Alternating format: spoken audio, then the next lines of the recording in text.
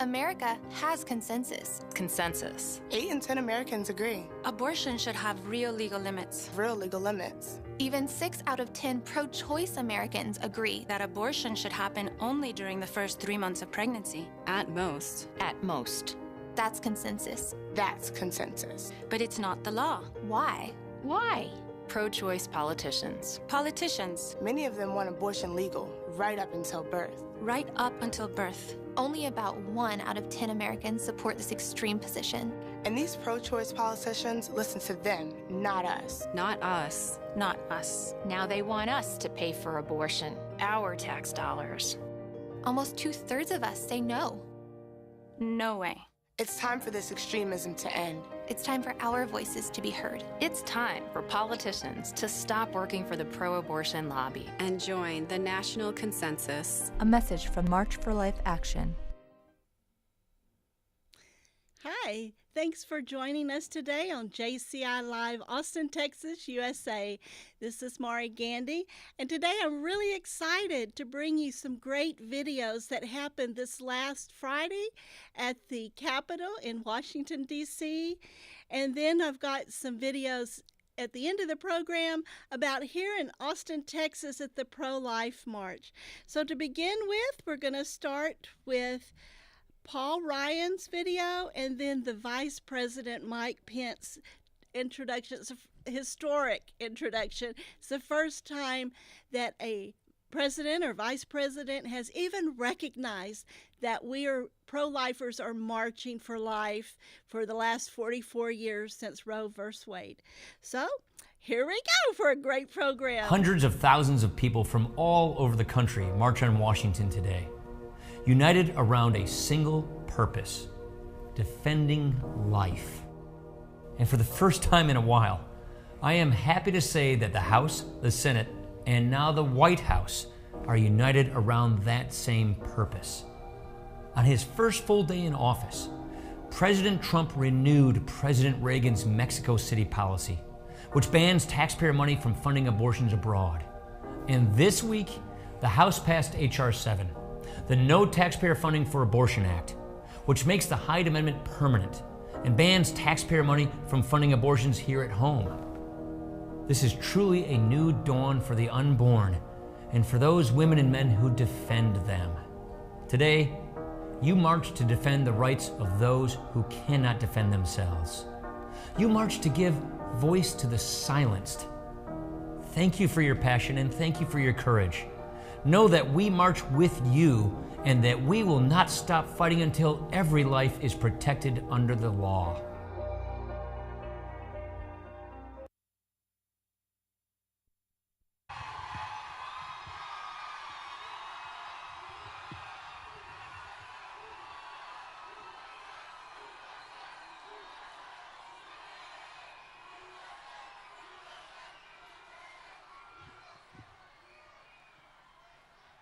Thank you, Karen and Charlotte, and thank all of you.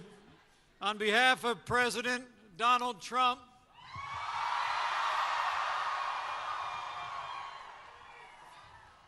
my wife Karen, our daughter Charlotte, I'd like to welcome you all to Washington, D.C. for the 44th Annual March for Life.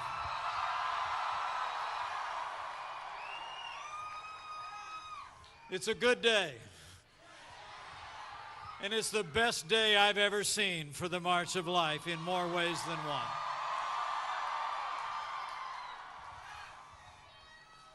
I'm deeply humbled to stand before you today, deeply humbled to be the first Vice President of the United States to ever have the privilege to attend this historic gathering.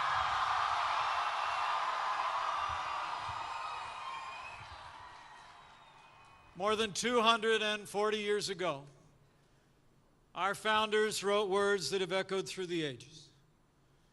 They declared these truths to be self-evident, that we are, all of us, endowed by our Creator with certain unalienable rights, and that among these are life, liberty, and the pursuit of happiness. 44 years ago, our Supreme Court turned away from the first of these timeless ideals. But today, 3 generations hence, because of all of you and the many thousands who stand with us in marches like this all across the nation, life is winning again in America.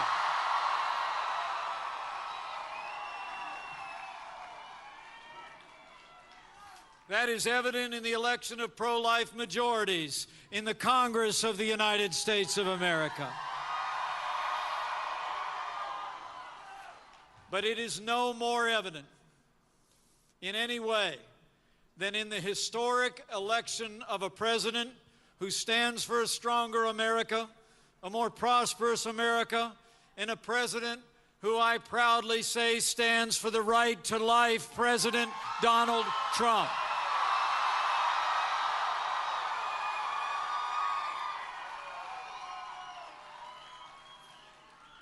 President Trump actually asked me to be here with you today. He asked me to thank you for your support, for your stand for life, and for your compassion for the women and children of America. One week ago today, on the steps of the Capitol, we saw the inauguration of the 45th President of the United States. And I can tell you firsthand, our President is a man with broad shoulders and a big heart. His vision, his energy, his optimism are boundless, and I know he will make America great again.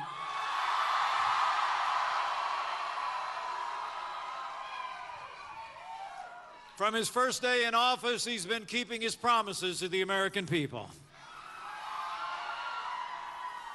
I like to say over there at 1600 Pennsylvania Avenue, we're in the promise-keeping business. That's why on Monday, President Trump reinstated the Mexico City policy to prevent foreign aid from funding organizations that promote or perform abortions worldwide.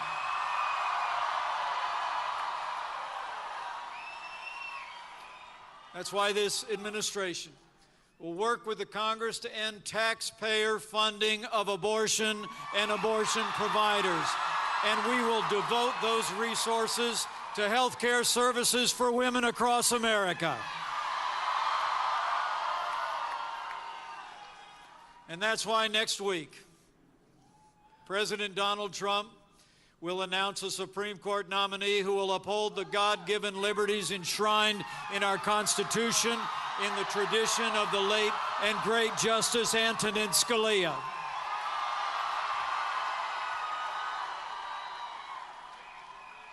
You know, life is winning in America. And today is a celebration of that progress, the progress that we've made in this cause. You know, I've long believed that a society can be judged by how we care for our most vulnerable, the aged, the infirm, the disabled, and the unborn.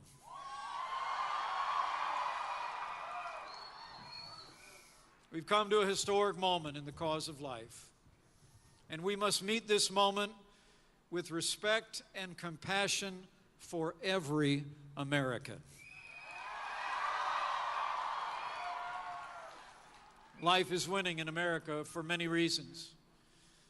Life is winning through the steady advance of science that illuminates when life begins more and more every day. Life is winning through the generosity of millions of adoptive families who open their hearts and homes to children in need. Life is winning through the compassion of caregivers and volunteers at crisis pregnancy centers and faith-based organizations who minister to women in the cities and towns across this country. And life is winning through the quiet counsels between mothers and daughters, grandmothers and granddaughters, between friends across kitchen tables and over coffee at college campuses. The truth is being told. Compassion is overcoming convenience, and hope is defeating despair. In a word, life is winning in America because of all of you. So I urge you to press on. But as it is written, let your gentleness be evident to all.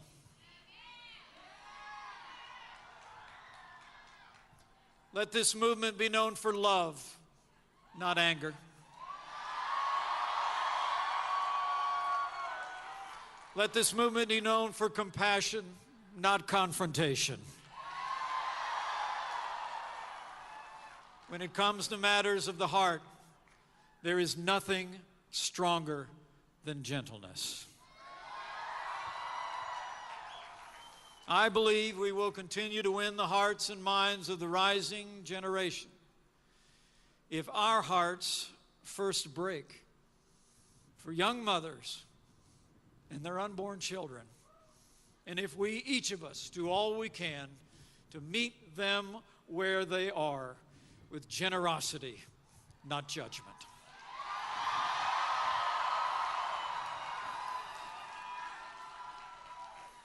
To heal our land and restore a culture of life, we must continue to be a movement that embraces all, cares for all, and shows respect for the dignity and worth of every person.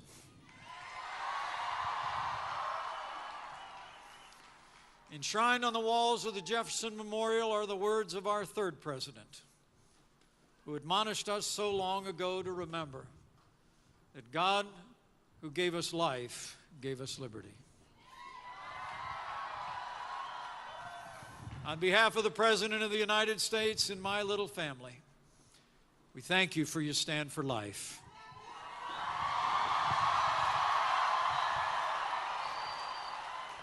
We thank you for your compassion. We thank you for your love for the women and children of America. And be assured, along with you, we will not grow weary. We will not rest until we restore a culture of life in America for ourselves and our posterity. Thank you, and God bless you, and God bless the United States of America.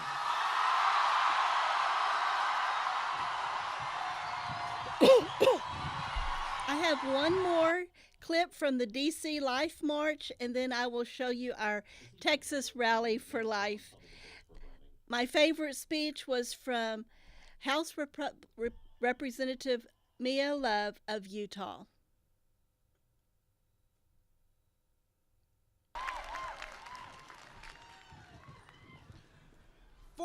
Years ago, a struggling couple arrived in America. They left their country, entrusted their 2 children, which they wouldn't see for another 5 years, in the care of family members to come here to the land of opportunity. It was inconvenient for them to find out that they were pregnant with their 3rd because both had to work multiple jobs to make ends meet. Some would say it would have been easier for them to have an abortion. But this couple had to make a difficult choice: protect the life of their child or always wonder what might have been. John Greenleaf Whittier wrote, "Of all the sad words of the tongue or the pen, the saddest are these: it might have been." Each child born and unborn has the potential to open up our world and take us to places and spaces we have never imagined. Each living child carries with him or her the potential for greatness. A child born today may become a doctor that cures cancer or Alzheimer's. That child may be the astronaut that takes the world to Mars, or a CEO that leads a global business. That child may become a friend that saves a peer from suicide. Or a mom who strengthens her family, a neighbor that volunteers and eradicates hunger, or a teacher who inspires a struggling student. Every time we kill a child through abortion, we kill our potential.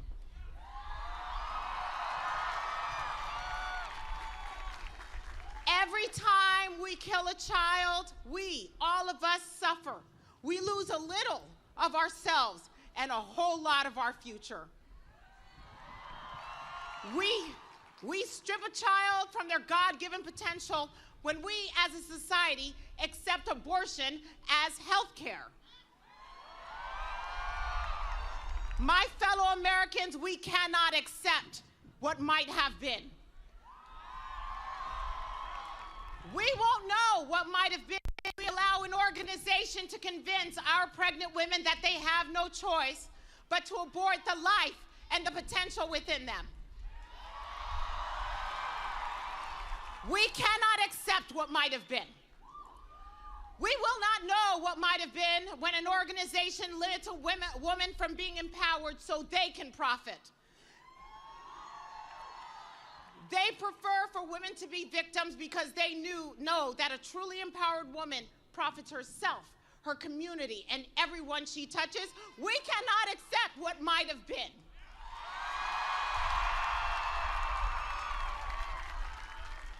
When those organizations that profit allow our children in the inner cities to feel that they can only be empowered with a life by ending a life, no, we will not accept that. We will not accept what might have been.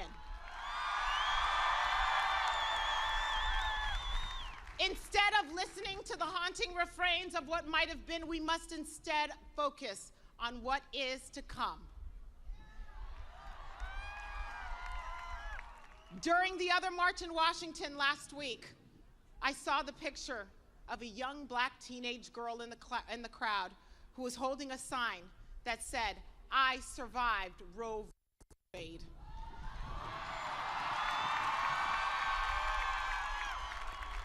That young woman beat the odds and was born into a world too far often that favors the abortion of a black girl instead of the life of a black girl. She could have become part of what might have been, but today she is instead part of what is and what is to come. I can't wait to see what she and thousands like her become in the years ahead. She may be our astronaut. She may be that doctor that cures cancer. She may be a mother, a teacher, a daughter, and a friend. She represents our what is to come.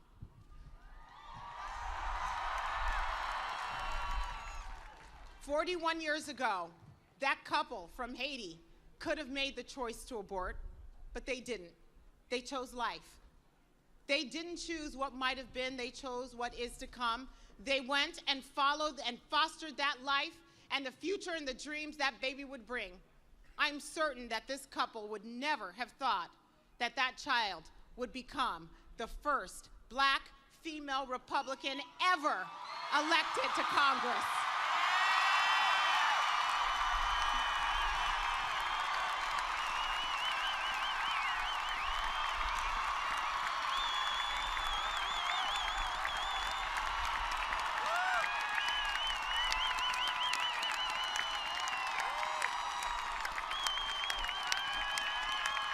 Thank you.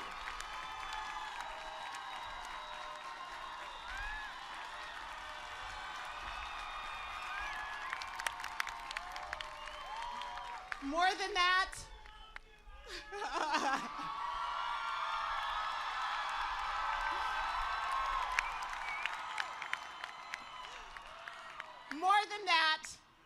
they would have never dreamed that she would grow up to fight for all children and those yet to be born.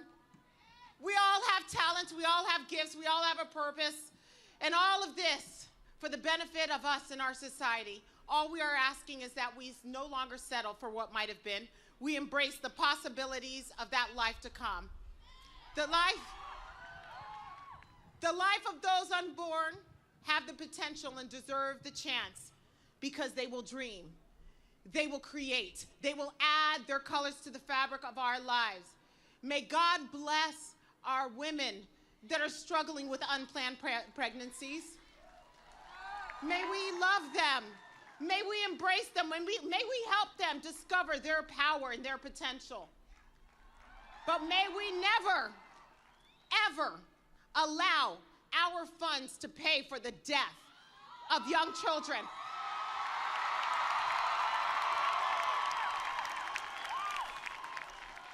May God spare them. May God bless you for being here today, and may God bless our pro-life United States of America.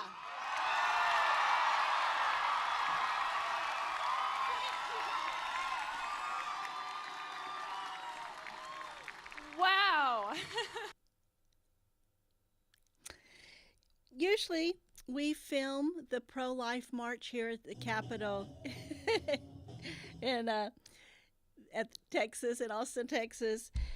But this time I marched with Jonathan and Jamie because we had the camera all set up. We didn't have the batteries with us. Instead of going back to the studio, I said, we'll just pack up the camera and we will march with my kids. And this is Ashes, Jamie's younger German Shepherd, and he marched with us too.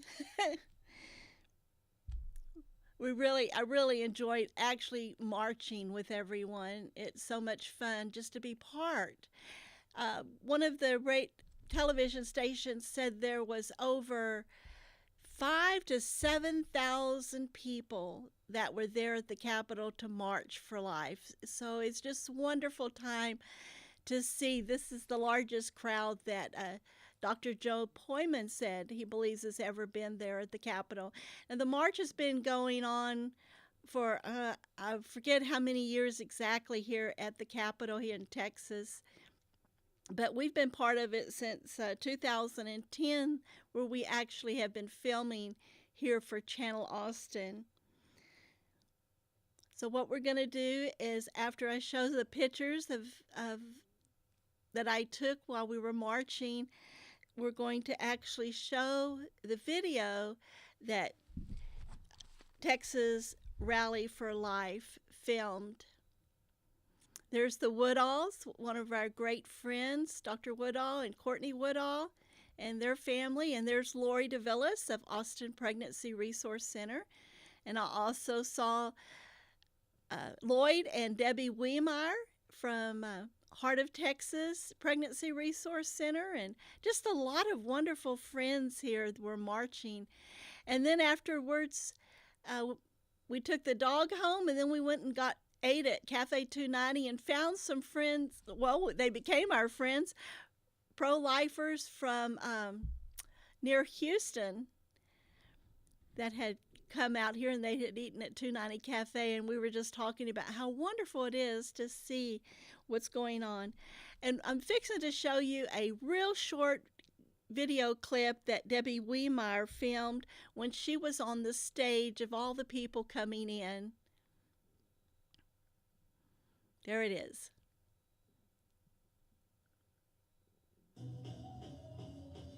This is the actual stage, watching all the people, all the marchers come into the Capitol.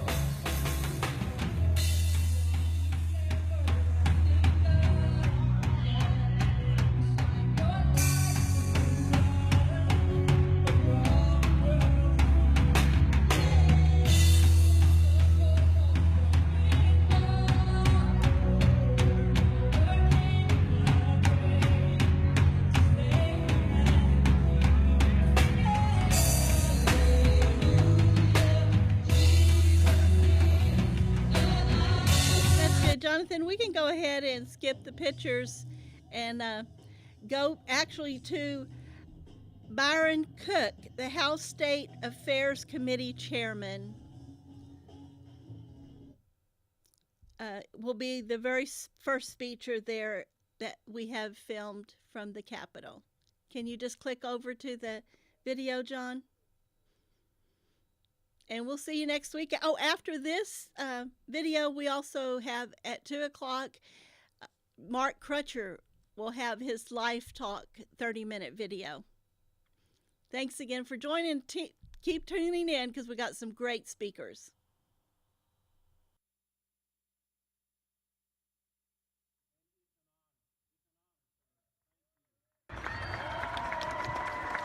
As Colleen mentioned, I'm much more a man that is a behind-the-scene person, because for me, it's never about getting credit.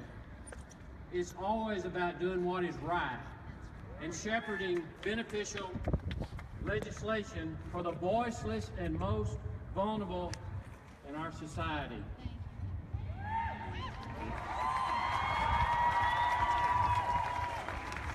This is something that you have to keep doing.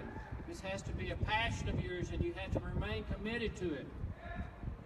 And truly, not only do the pro-life groups on this stage right here deserve recognition, but once again, each one of you for your dedication and hard work on the sonogram bill, on House Bill 2, the judicial bypass bill, and countless other pro-life measures that we've already passed, and many more that we'll pass in the sessions to come.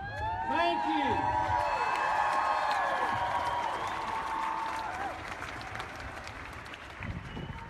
And I want you to know that your presence throughout the legislative process is uplifting to policymakers like myself and to each one of these members that's here today. And I ask that you continue to support them and lift them up. Colleen mentioned the 50,000. In addition to more than 50,000 lives saved since the passage of the sonogram bill in 2011, think about that. That one bill has saved 50,000 lives.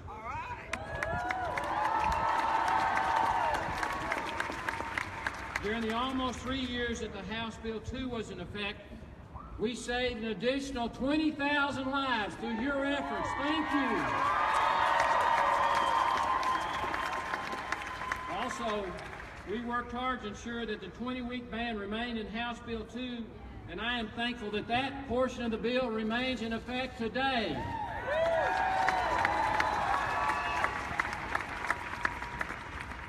It's heartening to learn that a recent study which found that in 2014, abortions in the United States plummeted to under 1 million, the lowest in 40 years. And I believe that in no small part is because scientific advancements show that life and liveliness of children waiting to be born. How many of you have ever seen a 16-year-old and the 16-week-old in the womb suck its thumb and cross its legs? How many of you? I have. However, we continue to work to reduce those numbers as they are still unacceptable. They're unacceptable. Since a disappointing decision by the Supreme Court on House Bill 2 and a judge's ruling yesterday regarding the rule changes that offer dignity for those who never stood a chance of survival, we now have even more work ahead, and that's where I come to you once again. Are you ready to join us? Yeah! Being here today is special. It's inside this beautiful peak dome behind me where you can truly continue to make a difference, and I ask you to do so. Your presence is encouraging and uplifting as lawmakers work to advance the complex and often historic measures that are worthy and necessary to champion, yet they are difficult to pass. Now, and please, our message should always be delivered with dignity and respect.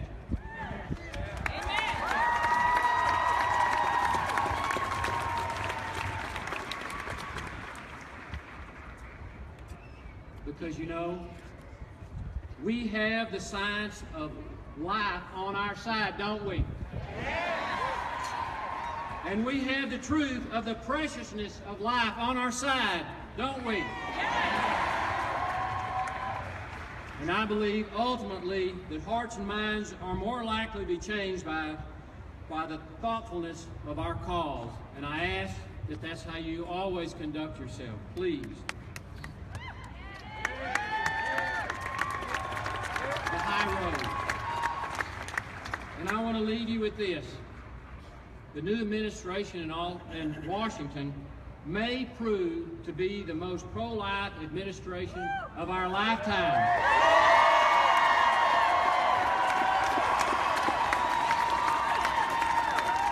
Now, think about that. Even more important, pray about it. Amen. Pray about it. Amen. We will have a strong indication next week when the Supreme Court nomination comes forth. And the Supreme Court nominee who ends up serving, if you think about it, a president may serve us 4 years, a president may serve us 8 years, and a Supreme Court justice will serve for decades. There is nothing more important than who is placed on the Supreme Court. Amen. Nothing more important. Next week, so important. So I close and ask that we remain faithful to our cause that our Lord has put before us. I thank you for the positive message you are sending to our fellow Texans. God bless. Thank you for being here in Austin today. What an inspiration. What a beautiful crowd. Thank you very, very much. Thank you, Chairman Cook. Next, we have Emily Ponte, Executive Director of the Foundation for Life in Houston. The Foundation for Life recognizes that all human life has dignity and absolute value. They offer pregnancy assistance and pro-life advocacy based on the reality that we are all made in the image and likeness of God with inherent dignity and value from conception until natural death. Emily. Thank you, Jennifer. Bishop Vasquez, Pastor Tabor, Representative Cook, and all representatives, Ms. Wright, Ms. Ferguson, Dr. Poyman, dignitaries, guests, and my fellow Texans. On behalf of Herman Jedlowski, Board President Judy Batterat, Bill Alexander, David Doyle, and the entire Board of Directors, volunteers, clients, and staff of Foundation for Life, thank you for the opportunity to address you today on the stage of our great state, on the steps of our great state capitol. Today, we commemorate a decision that changed forever how we look at and define life. This decision has challenged us as a nation and as a state. Sometimes it seems unreal that we argue over something as obvious. Life begins at conception. We are living human beings at the moment of conception, worthy of dignity and of life. Foundation for Life began over 40 years ago in 1976, similar to most of your organizations, like-minded movers and shakers banding together, wanting to do something. They wanted to educate citizens on the horrors of abortion as slaughterhouses opened and expanded across our communities. They picketed and canvassed neighborhoods and city streets trying to get people to listen and to understand the lasting impact of the Supreme Court decision. Foundation for Life shares the stage today with those like-minded organizations who have pledged to advocate and to educate for as long as it takes for common sense to take hold and for Roe v. Wade to be struck down.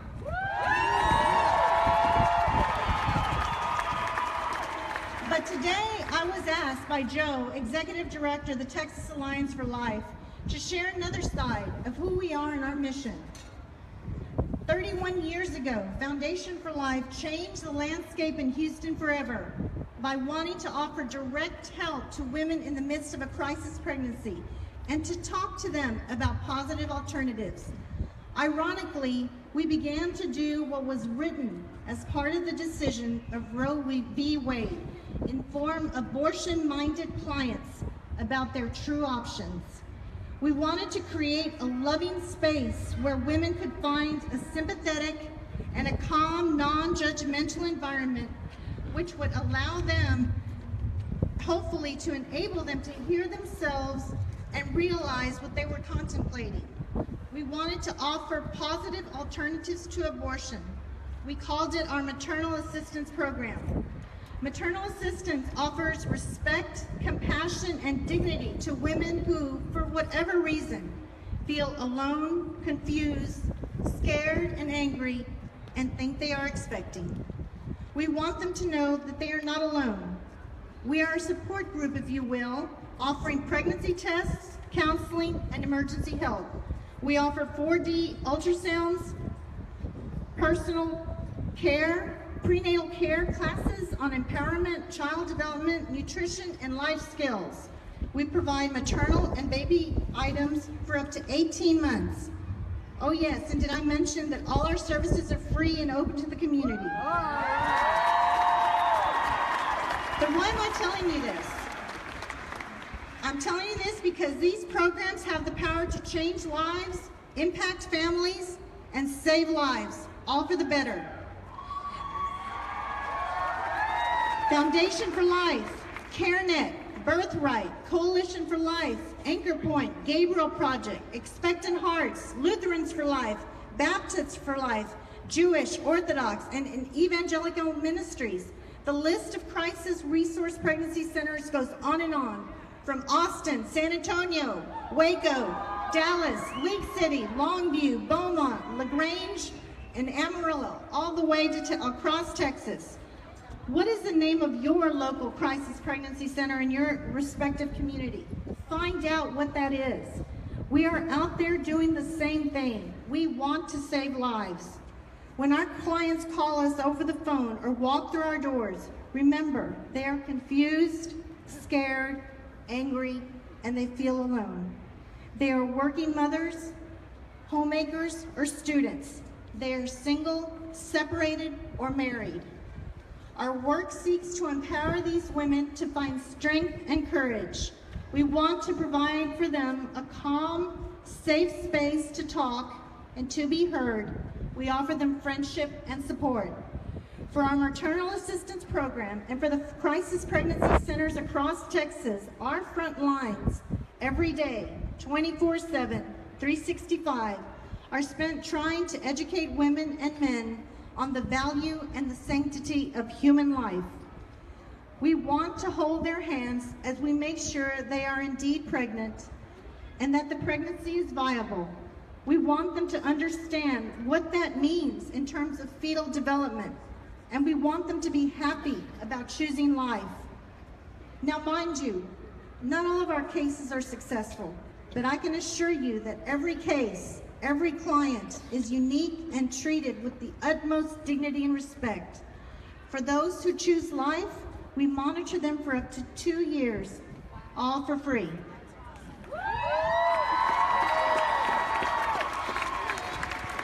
All our clients, no matter what road they take, have a friend in us for life. Again, why am I telling you this? Because I want to challenge you to be advocates for the Crisis Pregnancy Center in your area. When you are at work or at school or in your neighborhood HOA or PTA meeting or your favorite watering hole, downtown pub or club, listen for that voice of friend or stranger who is overwhelmed and upset about a broken relationship or is struggling to pay bills or is at that moment in his or her life where they always dreamed they would be, but now they think they are pregnant. This is a crisis pregnancy situation. Please refer them to us.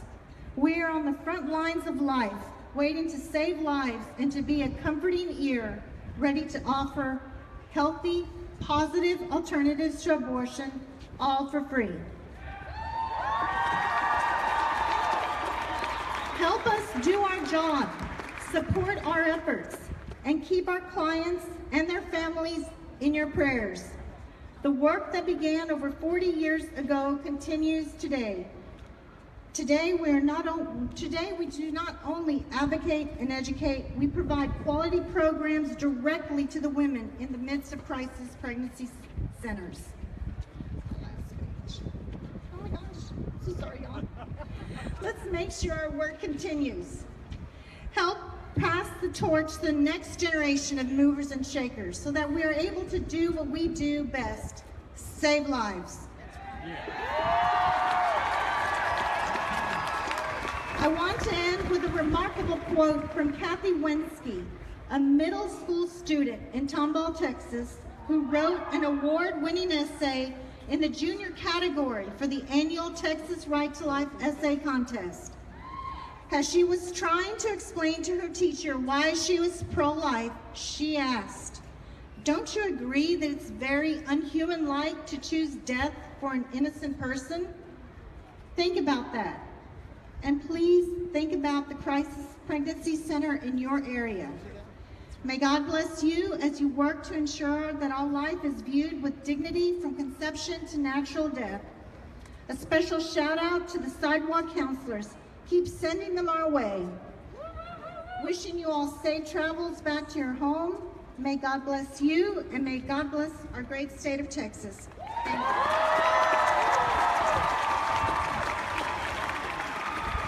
Thank you, Emily. The message Emily brought us today is critical. One of the very best ways to protect human life in the womb is to provide services to pregnant women and their children after birth. It is critical. Her work on the front lines is real, just like sidewalk counselors who stand and pray outside of those facilities.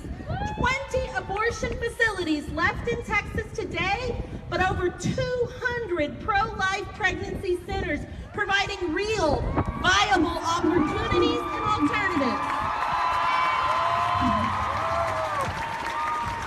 It is fantastic that you came out on this beautiful Austin day to pray for life and stand for life and advocate for life.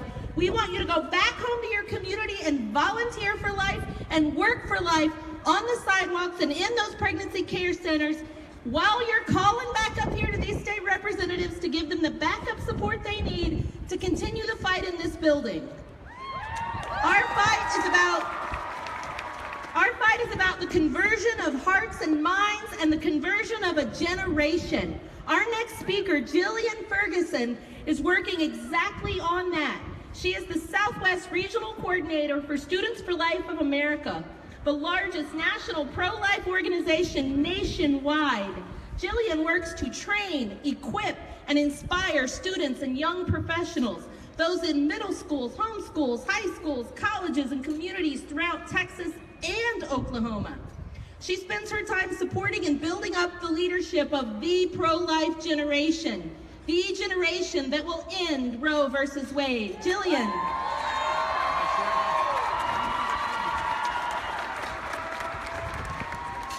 Hello, everyone. I'm so blessed to be here on behalf of Students for Life of America to stand in solidarity with you all today. Thank you. I just want to start by saying that it's no secret that working to abolish abortion is not an easy mission, and it can often be discouraging. Long hours, heartbreaking stories, new enemies, these are all part of the less than glamorous reality of what pro-life work entails. But please know this, and please be encouraged by this. We are winning.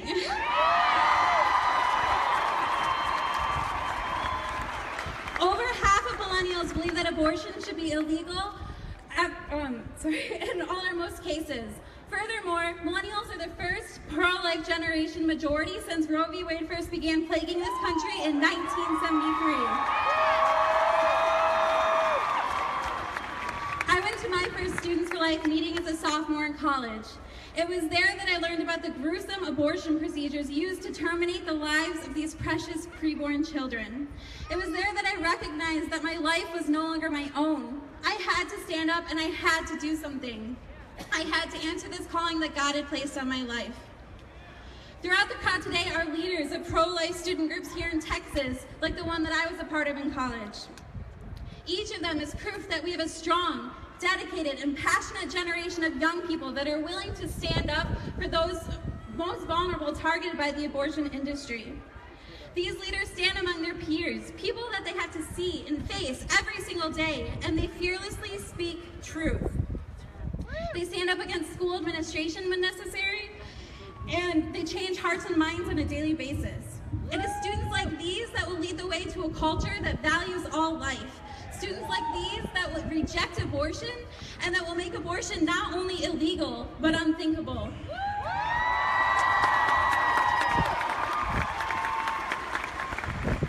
For years, abortion giants like Planned Parenthood have been controlling the dialogue, and we've been forced to spend our time reacting to what they say and what they do. But with only 17% of millennials agreeing with Planned Parenthood's radical stance on abortion, this is no longer the case. We are in control of the message.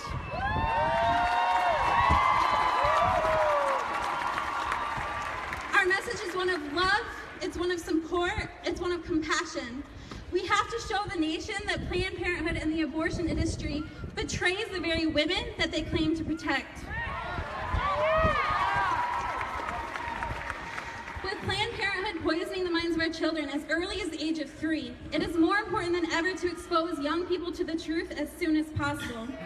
In school and on campuses, this is where people are shaping their views of the world.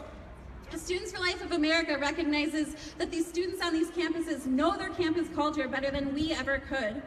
They know what works and what doesn't, and that's why we spend our time and resources equipping them with whatever they might need to engage in effective activism on campus. The reality is that oftentimes one conversation isn't enough to convert someone or to change their mind. And that is why I'm so grateful for these student leaders around the nation who are working to build sustainable and consistent pro-life presence on their campus. It is after this repeated exposure to the pro-life message through these students and through their peers, and having a place where their peers can go to ask questions and get help, that we are seeing hearts and minds changed. Parents, I encourage you to talk to your children about this issue and get them plugged into a local Students for Life group. Students, if there's not yet a group in your school or in your community, contact me. Go to studentsforlife.org to do so. The fact that you are here today shows that you are willing to take a stand for life, which means the hardest part is already done. You have an incredible support system that wants to see you succeed. Not only your friends and family, but the entire network of pro-life organizations that you see here today. Understand that when you have a pro-life student group in your school, you are not only part of a nationwide movement, but you are creating a movement on your campus. There is nothing stopping you or your group from being the revolution that you wish to see. Can you imagine a world without abortion? What are you doing to make that happen?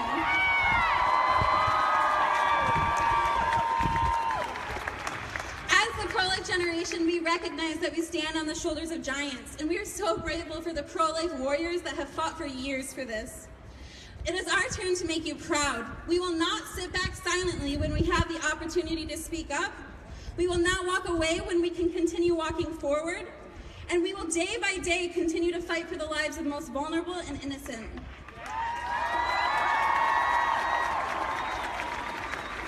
We each have our own talents in the pro-life movement, and working together and using those talents is what is going to end abortion and make it unthinkable. It is no longer okay to merely say you are pro-life or to hold pro-life beliefs. It is time to act. By coming together as one and by activating and building up this pro-life generation, abortion will become nothing more than a dark part of history, because we will abolish it. Thank you. Thank you, Jillian, for that message of hope. And now, whatever your age or stage, let me hear you say, we are the pro-life generation. We are the pro-life generation. That was awesome. Let's do it again. We are the pro-life generation. Speaking of a generation, Dr. Joe Poyman has been advocating for the pro-life cause for more than a generation. For 30 years, he has been a tireless advocate for this cause. He is the founder and executive director of Texas Alliance for Life. And just as we are called to be in Timothy, he is persistent, in season and out of season for the cause of life. Texas Alliance for Life, Texans for Life, and the Texas Catholic Conference of Bishops are united in our pursuit of legislation that will protect human life and withstand legal challenges. Joe's going to come up and talk about that today. Please welcome Dr. Joe Poyman.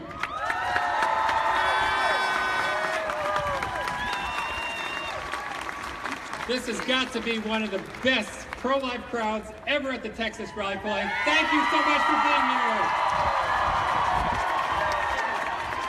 here. In case you're wondering, I'm not a millennial. Jillian is a millennial. I was born in the last millennium. Well, I'm with Texas Alliance for Life, and we are one of the members of the host committee here at the rally. And I wish to recognize the 44 other organizations who are part of the host committee. Could you please stand?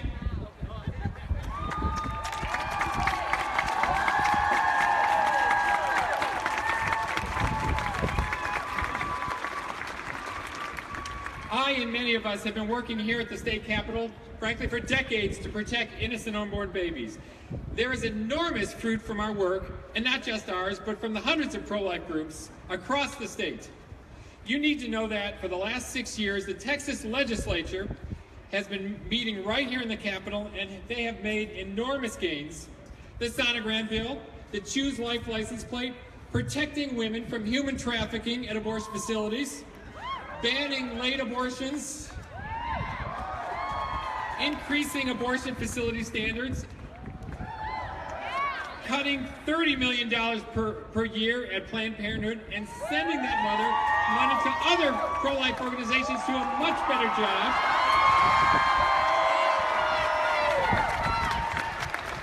Dozens of abortion facilities have closed in Texas since 2011.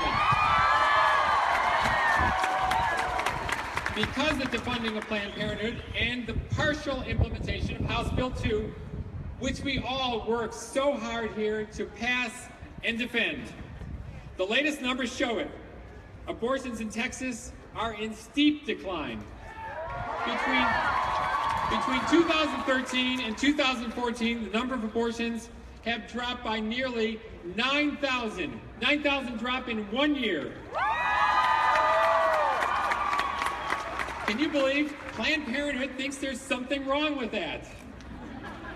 However, we have suffered a huge setback.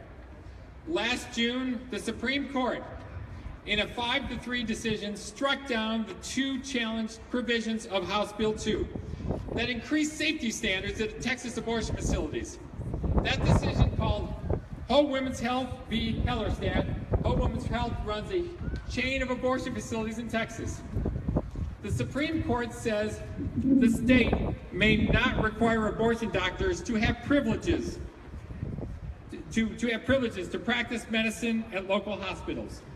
And the state of Texas may not require abortion facilities to raise their safety standards to the level of ambulatory surgical centers, despite the fact that both are the standard of care for facilities that provide comparable procedures: colonoscopy, dilation and curettage after a miscarriage, even cataract removal. Furthermore, the court reversed the previous abortion precedent that deliberately makes it hard for states like Texas to pass future regulations, and indeed any restrictions from being struck down, without being struck down. This is indeed a grave setback. Many more women will continue to be harmed in Texas and across the nation as a result.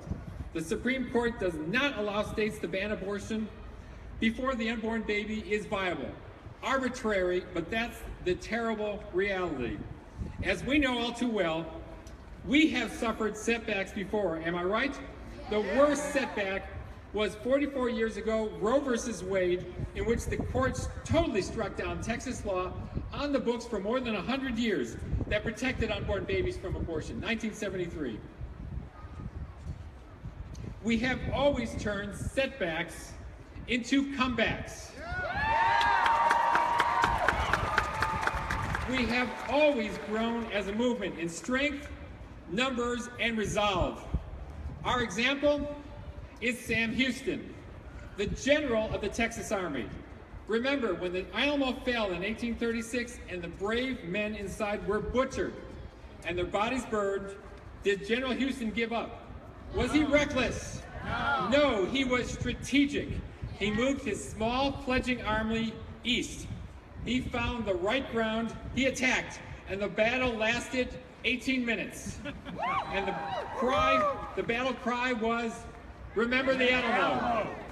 We will remember this setback and other setbacks. We will grow. We will become stronger.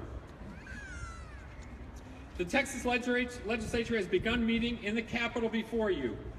You must tell our elected officials that Texas is pro-life.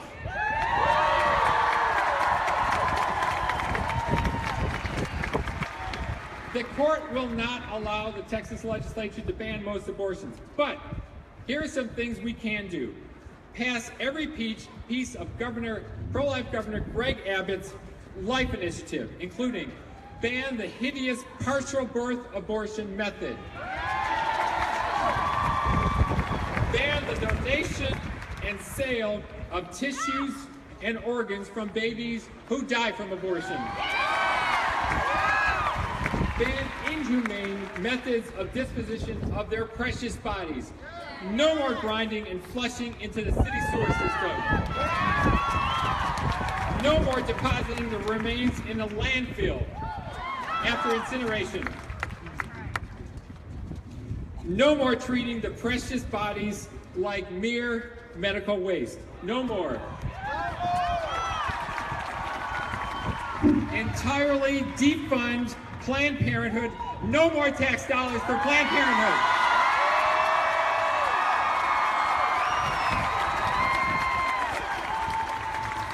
And just as important, promote compassionate alternatives to abortion, including the loving option of adoption. We have a moral obligation to the mothers and the unborn babies. We must be victorious. Reckless actions save no lives. Just as Sam Houston taught us, sometimes a frontal attack sets us back. We will pick our ground, and then the victory for the babies and the mothers will be won. Thank you.